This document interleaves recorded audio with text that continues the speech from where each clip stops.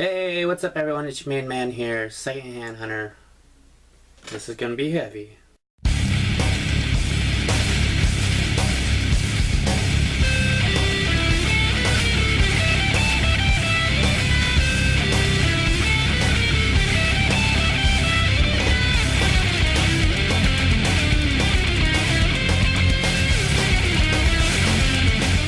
What's up everyone? Thanks for stopping by. This is my review of Back to the Future #1. I'll read the back and I'll give you my thoughts. One of the top grossing box office comedies of all time, Steven Spielberg presents an irresistible comic fantasy that accelerates beyond the time barrier with wit, imagination, and infectious, wide-open wonder. Michael J. Fox stars as Marty McFly, a typical American teenager of the 80s, accidentally sent back to 1955 in a platinum-powered DeLorean time machine invented by slightly mad scientist Christopher Lloyd.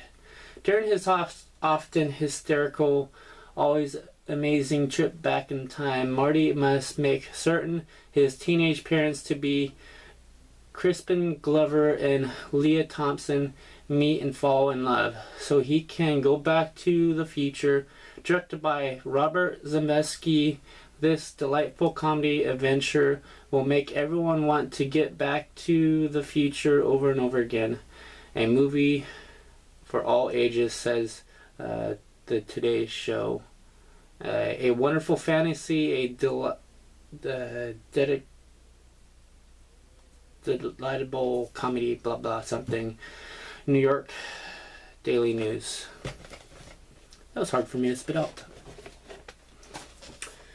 So, this is one of my favorite movies.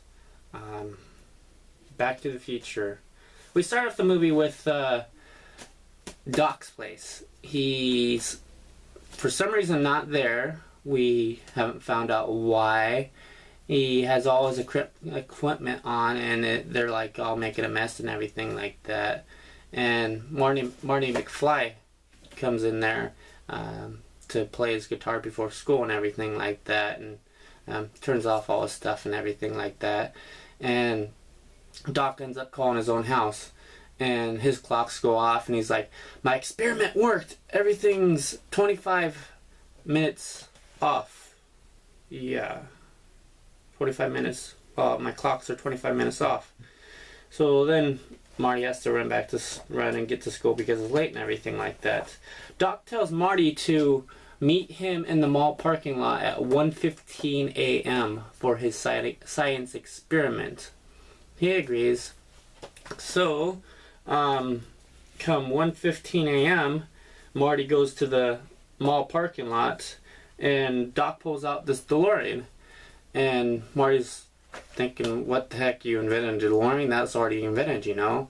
And that's where Doc's like, it's a time machine. If it'd make anything with a time machine, I'd figure that the best thing to make it out of would be a DeLorean, you know? Futuristic looking and everything like that, blah, blah. So, he had to have plutonium to power this time machine. And he stole that from some terrorists. So as Doc Brown's getting ready to embark in his historical journey to the future, the terrorists come by and kill him. He was jumped out of the car to get more plutonium because he was going to go take a trip in the future without plutonium, you know? And that's a stupid thing because then he wouldn't be able to get back. So Doc Brown's dead. And now the terrorists are after Marty. So Marty jumps in this time machine and accidentally goes back to 1955, because when Doc was showing him the time circuits and everything like that, he said, November 5th, 1955, that's when I invented time travel. He bumped his head on his sink as he was standing up on his toilet hanging a clock. And that's when he saw in his head the flux capacitor, so then he drew that and everything like that. So that's the date that Marty went back. And that's a week before the enchantment of the sea dance, where his parents had met. Because, as it was, his parents had a mediocre marriage. and it was a mediocre life and everything like that. It wasn't bad, but it wasn't awesome, you know.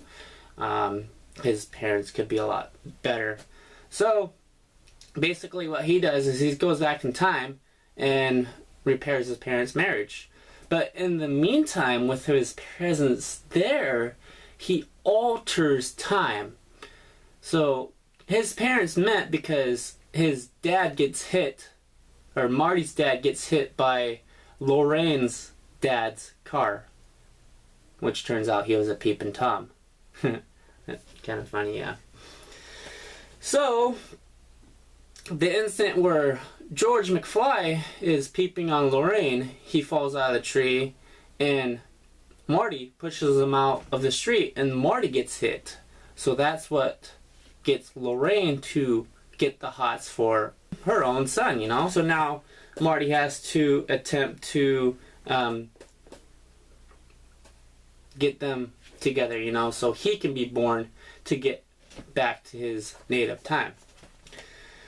So there's the enchantment of the sea dance. Marty takes numerous attempts to try to get him to ask Lorraine out, and with George being a wimp and everything like that, he can't, you know, do it awesomely.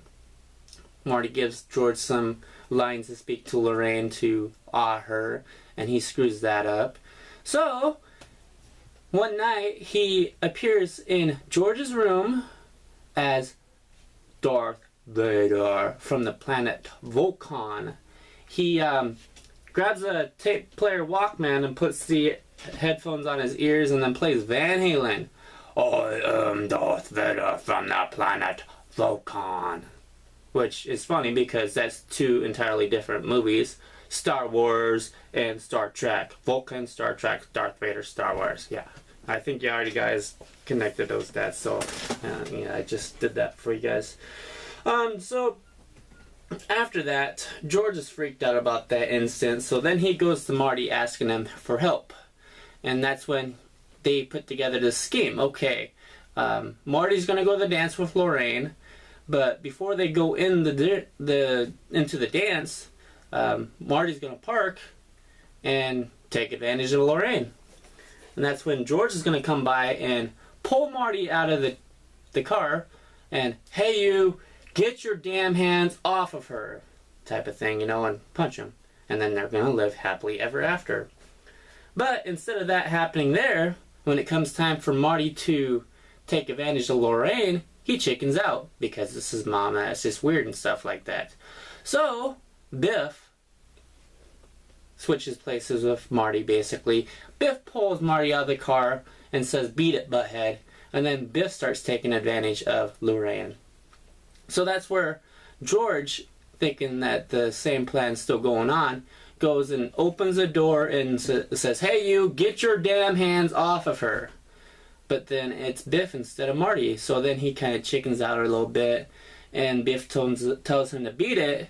And then George tries to punch Biff, but then fails out of that miserably, and then somehow Biff pushes Lorraine over and starts laughing at her, so then George knocks him out for the count. In order to get Marty back to 1985, there was this lightning storm. The lightning bolts hit the clock tower. So what they had ended up doing was they strung a line from the clock tower across the street, so when the DeLorean would pass over, they had a rod stuck down into the fuel tank. And as the lightning hit, and it hit that rod that's stuck in the fuel tank, that would give enough electricity to 121 gigahertz, I think it was, to shoot Marty back into his present time. Couple things I liked about this movie. Johnny B. Good. That Johnny B. Good scene was by far my most favorite. I think that there is what makes the movie. Besides the fact of time travel, that's just an amazing song, and seeing Michael J. Fox play it, that's just awesome. Some things that the part in the movie where Biff crashes into the manure. That's funny. Some things I wish that were different. I wish that the Johnny Be Good scene was longer. The scene where all the kids came back into the picture that was on Marty's guitar. I wish like another kid would pop up there too, you know, because he had incidentally changed time for the better. So in all reality, why couldn't they like include a new kid within the picture, like a younger kid, you know, the youngest kid, like a brand new kid, you know? And then he's looking at the picture going, who the hell is that, you know? Because he changed time, so changed it for the better for his parents, so then that would make his parents think like, well, they'd be happy, so why couldn't they had another kid, you know?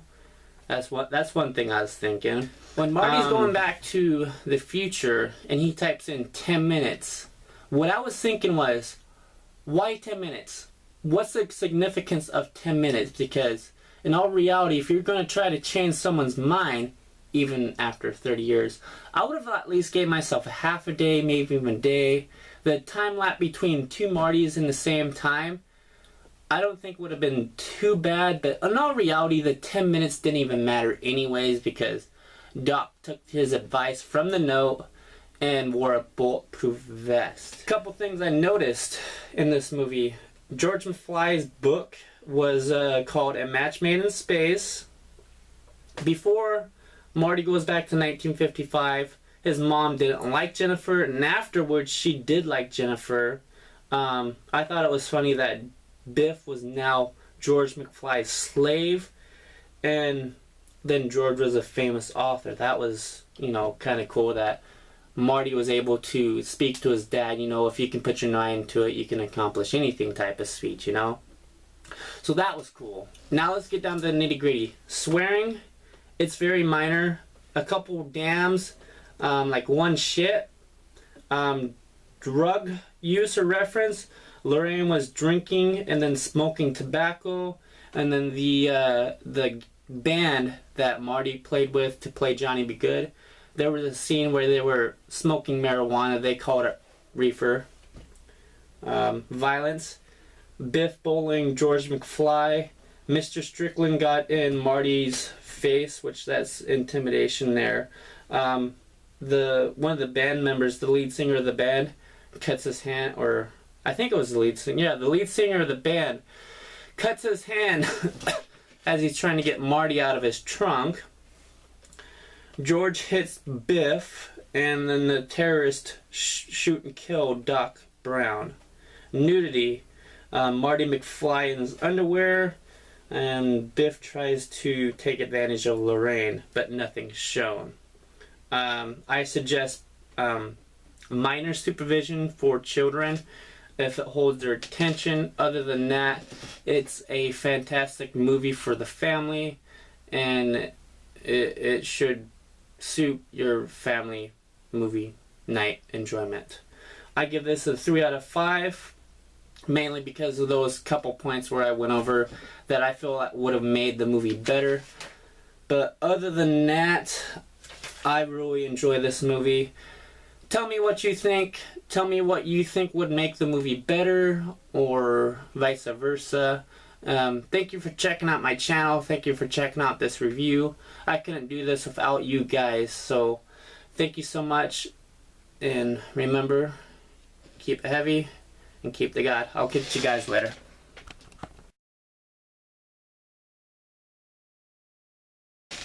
One of the top grossing box office comedies of all time. Steven Spielberg Steven Spielberg.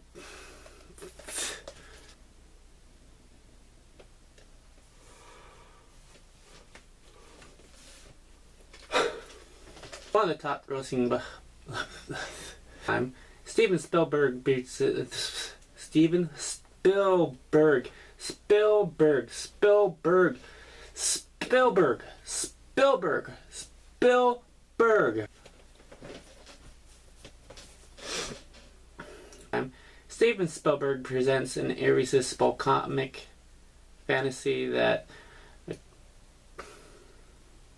accelerates beyond the time barrier.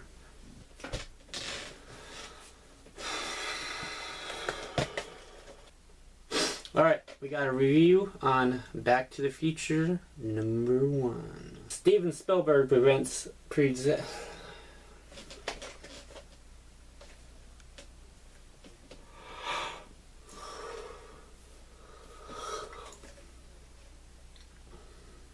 Hey, thank you everyone for tuning in tonight and checking out this review of Back to the Future #1. So I'll read the back for you guys, and then I'll get to my thoughts and tell you what I thought. Fuck, really?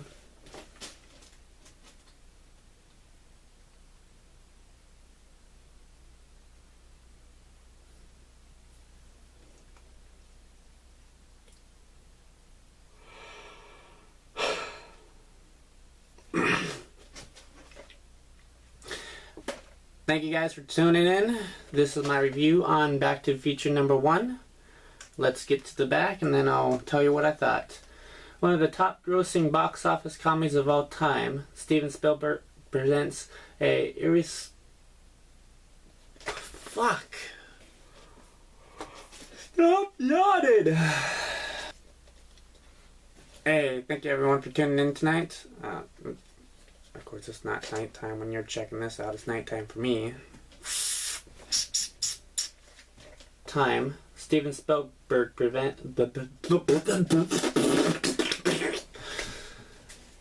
I gonna be able to spit this out? Steven Spielberg presents Steven Spielberg.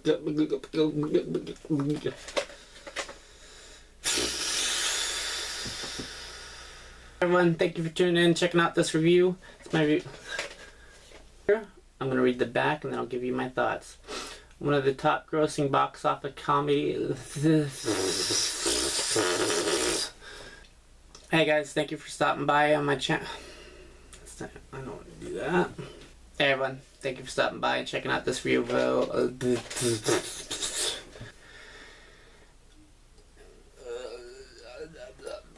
have to do a lot of editing. Spielberg, okay? I'm seriously not trying to screw up.